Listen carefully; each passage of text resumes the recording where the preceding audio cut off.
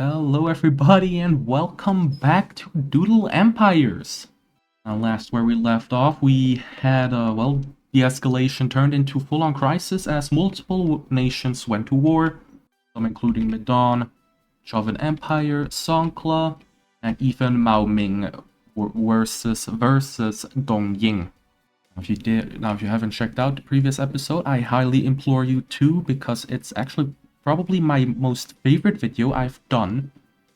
And this is pre-recorded. This is basically right after I recorded the previous video, because I just had so much fun doing it that I just wanted to basically continue. But yeah, without any further ado, let us begin. So first off, the nation of Kuching is going to be getting a turn. They are the Conqueror Hill Dwellers of, actually don't know, what is this island called? Borneo, right? Borneo, they will be getting a found religion, and this religion will be called Kuchinganism. Sounds kinda weird, but hey, it's their religion. We're not gonna judge. Next up, we're getting Hanoi. The Conqueror Hill Dwellers, they will be getting a new leader, who is going to be a uniter instead of a conqueror. Maybe they will try to make amends with Lei Shu to try and get them back into their empire. We're back in the Chinese region with Shanghai. Previous episode, they got a union over Hangzhou. Let's see what they want to do. These divisive, I forgot what they were called. Divisive something. But they will be getting a built castle. Now let me see. Because of the previous war that happened between Mao Ming and Dong Ying, they obviously are getting pretty paranoid that they might also be on the front line. I mean, actual front line between Mao Ming and Dong Ying is only here. So because of that, Hangzhou decides to build a fort. That fort will be called Fort Ningbo, which will defend themselves from Mao Ming as well. Mao Ming were the ones who started the conflict technically, even though it was just a revenge war to gain back land that they lost from Dong Ying. But anyway, next up we have Songkhla, the Uniter Flatlanders.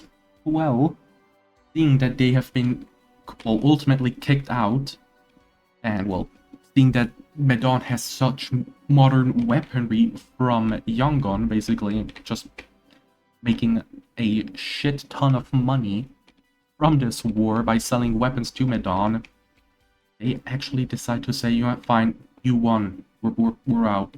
Which basically ends this war between Medan, Jakarta, and Songkhla.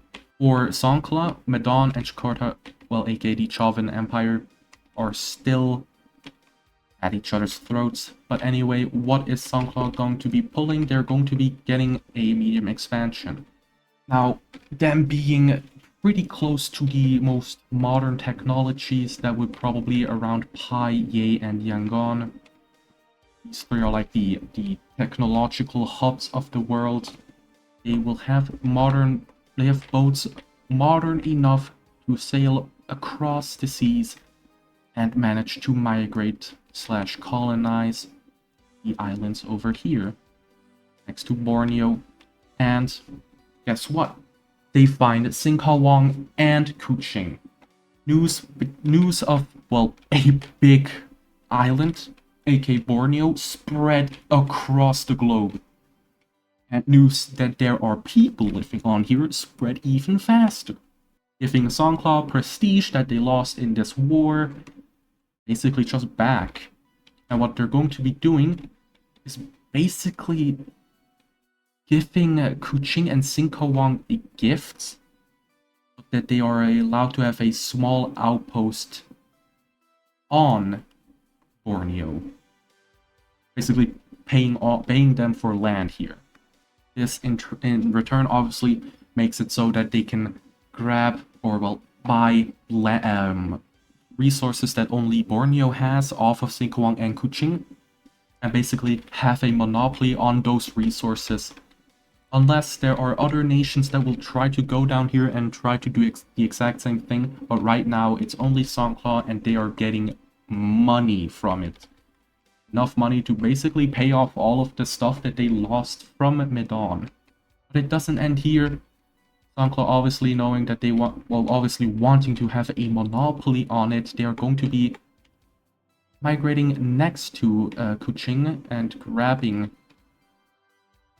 chunks and chunks of land. They will expand northwards, and surprise, surprise, they find the nation of Pogaton. So news spreads again that this island is very, very big. Like, not as big as people expected. They thought it would be like, oh, it's pretty big, but whatever. But no, this is a massive island. And there's not one, there's not two, but there's three modernized nations living on here. Which in return, again, gives them more prestige, more monopoly, etc., etc.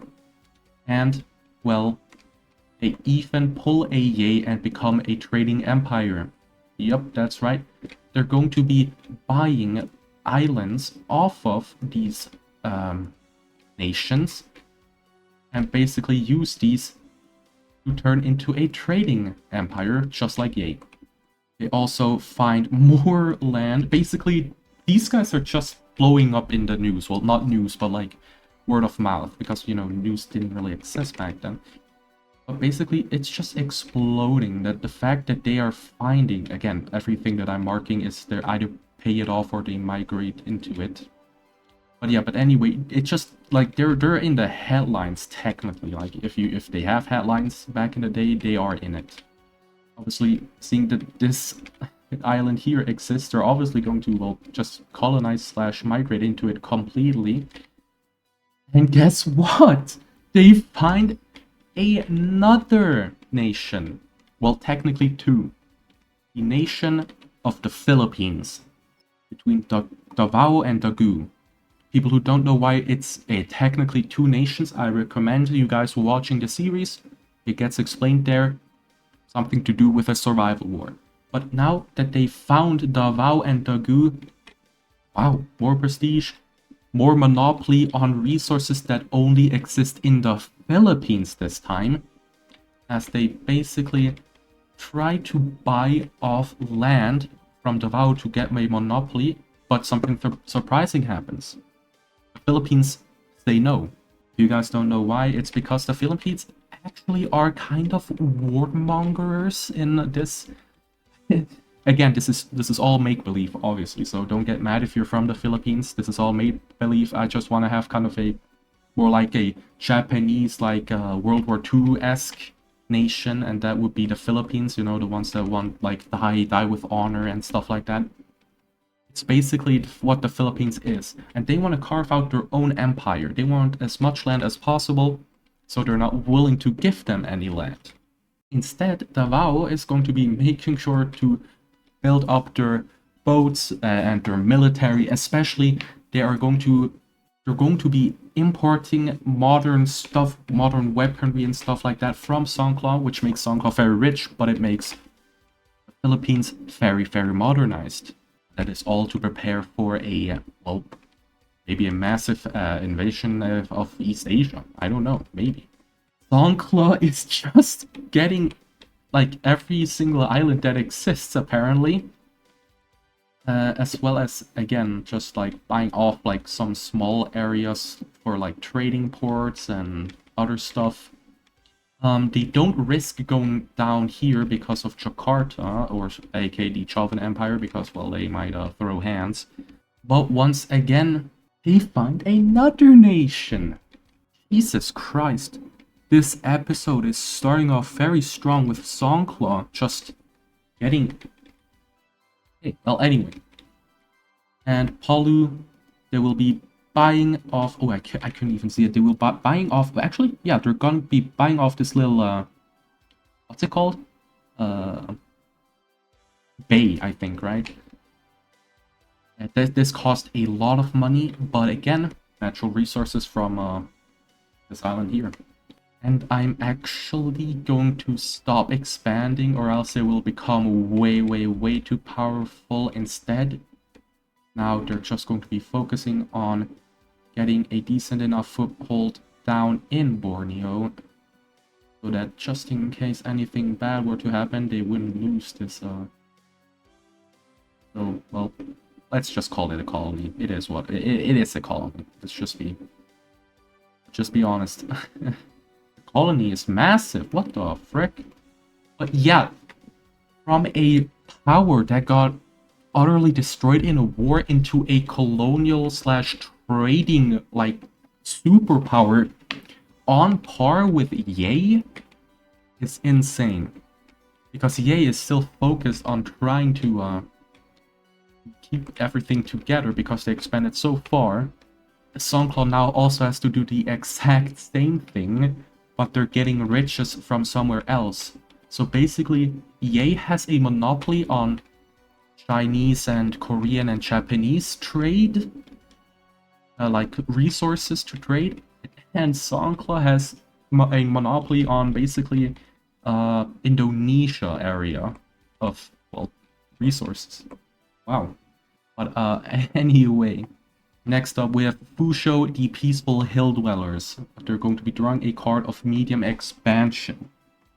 So they sold off these islands to Ye for massive money, but well, now that, well, word has reached that literally if you explore the world you will get rich AF. So obviously they are going to basically go to Ye, say, hey, can we just have this small island just so that we can also explore the world? And because Ye doesn't really care right now, in fact, it kind of helps them to keep it a little bit more intact. They say sure. And with that, Fusho gets to go and swim around the unknown.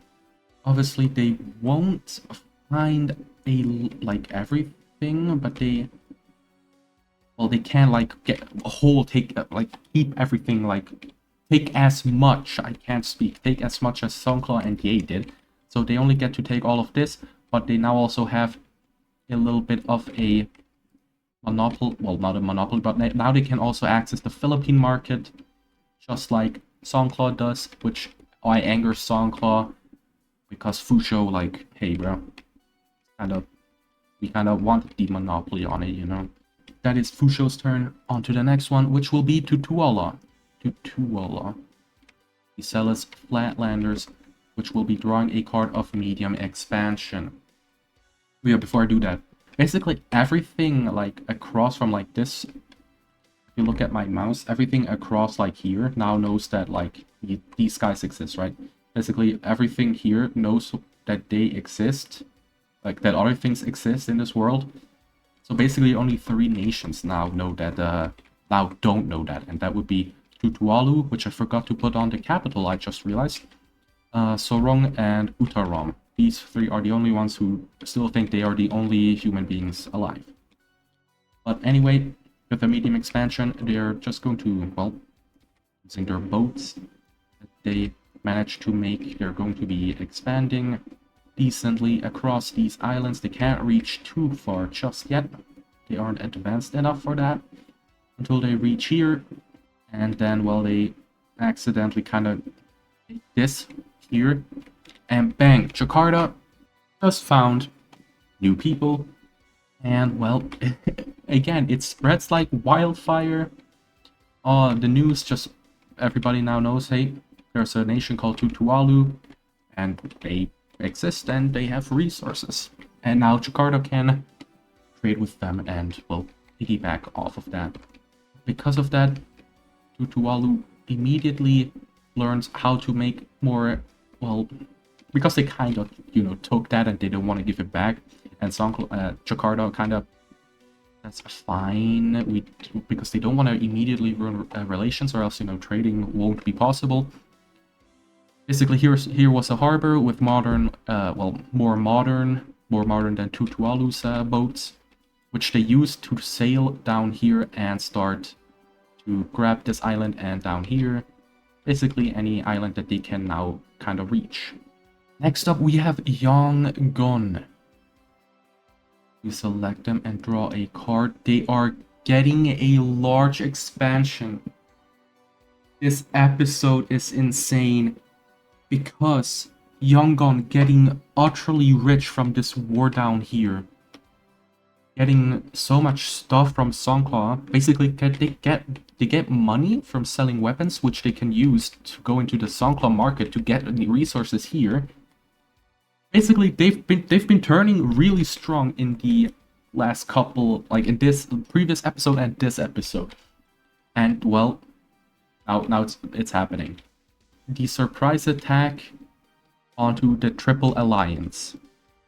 So Yangon starts it off by invading the southern point of Shadowgram, pushing them back onto the fort that they control before stopping, because well, the fort's zone of control is taking a lot of men away. So what they instead are going to be doing is they are going to be pushing up here into PI, trying to kind of split say and call a part so that they can't help each other, while PI sacrifices a ton of men to try and get the fort, which they successfully managed to do. And they basically now just dig in and wait it out. The very first war between Yangon and the Triple Alliance, the thing that we've been waiting for, it was going to happen sooner or later. Well, it just happened. The fate of the West. Will the West be free from Yangon aggression, or will Yangon carve out its own empire in the West? Well, there's only one way to find out. While that is happening, we go over to Shizuoka, the peaceful mountaineers. Not so peaceful because of the little situation that they have here as well, the colonial wars. But sadly, we can't find out any more about that because we have a new nation to spawn in. The nation that will be spawning in is the nation of Bunu. Over in not Indochina, in New Guinea. They are tribes that are now modernized enough to be put on the world map. I didn't mean to give them that island, oops. Only get to use it on the second turn. But basically, all they're going to be doing is, well, migrating around Papua, well, around New Guinea. Because they are a new nation, the United Tundra Walkers. We're going to be drawing a card, and they will be splitting. Okay. And the people who gain independence will be the people of... It will be the people of Alutau. Alutau, I think I pronounced that properly. And they will just basically take the southern part of Bunu. Now I have to place down the capitals of both of them real quick, so I'll be right back. Alright, we're going to be going for 6 more turns. That is because the intro with that lore dump actually took a long time, so I've already been recording for 25 minutes. Yeah, that's right. So, because Alotau is a new nation, we're going to be selecting them, drawing a card. That will be the card of large expansion. They will have tech enough, boats developed enough to get to these islands here. Then afterwards, they will go and follow the more mountainous area and the coastline until they meet this river here. They start filling in the more mountainous terrain. Then they will cross the river to more, well, I guess colonizable or slash migratable region of New Guinea. I've never been there, so I actually don't know if it's true or not. And anyway, that's how the borders look here now. It'll look better once we've obviously played a little bit more in this region. But anyway, next nation, Shanghai. We select them, they will be getting a small expansion. Obviously, just like every nation right now, they have a high for, well, becoming trading empires slash colonial empires. So what they're going to be doing is they're going to be going not to Mao Ming, because Mao Ming doesn't like them after they built Fort Ningbo. Because, you know, this is obviously because they don't trust Mao Ming. So what they're instead going to be doing is they're going up into the north to Dongying. They ask for their most modern ship. And they buy a few and they sail across the sea onto these islands down here. They will obviously claim all of it, even get this last one down here before ending their turn, because they can't do anything anymore, except for fixing the borders up here. Yeah, there we go. Next up, we have Seoul, the Conqueror, Tundra Walkers. They're basically looking at like the world, and they're like scoffing, like idiots. Like we were in the colonizing slash trade empire game long before you guys showed up. I mean, we're literally in Japan right now. Maybe Ye was first, but we were second, okay, or well third, because Busan was technically second. But yeah, basically they're like, yeah, obviously there's a lot of money to be had if you like grab new lands, like duh. But yeah, anyway, what they're going to be doing is colonizing this area, and boom, they meet the borders of Shizuoka.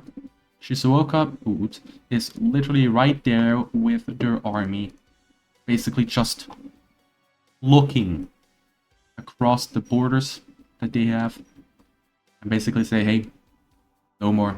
You can't go any further than this. This is our land. Obviously, Korea not being prepared for something like that just yet, because her army is still in Seoul. They say, fine, you're right. We don't want to. We just want the southern island, you know, and a little bit of land down here. We're totally fine with this deal. But well, Seoul is now getting their army, a piece of their army, and they're going to be sending it down to this border here, preparing for an invasion. Tokyo, even though they want to be isolationists, they themselves basically have an alliance with Shizuoka, so they push, or they get like, let's say 20% of their soldiers, because, you know, Shizuoka already has like all of their soldiers down there on both areas. They grab 20%, and they also go down to the borders to basically protect. And while they are doing that, they are also medium expanding, probably trying to go as fast across the coastline to basically claim it, so that the colonizers can claim it. Will result in some gross looking borders, but hey, ever played EU4 Muscovy, and you like took Novgorod's like provinces next to Finland and and the other nations, so that they can't, you know, invade Novgorod and take your land. That's basically what Tokyo is doing right now. The second last turn is going to be on Samnueya, the Great Desert Nomads. A large expansion. I don't think they can do anything. Yeah, they actually cannot do anything. So instead, I'll be doing 2 more turns again. The next turn will be on Pai. It will be uniting.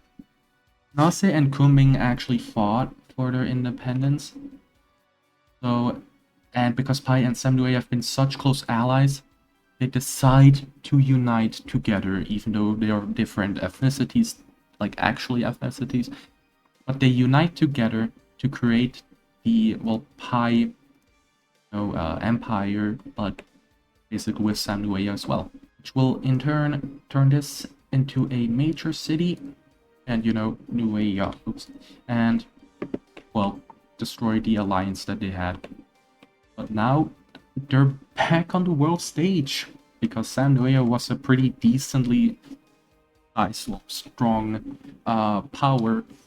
But I just realized they don't really have a coastline, so they can't colonize if they actually wanted to, which will weaken them in the long run compared to every other great power. But anyway, the final, the final turn will be on Pai again. And it will be, never mind, we will be getting a new nation. And that new nation will be the nation of Wahai.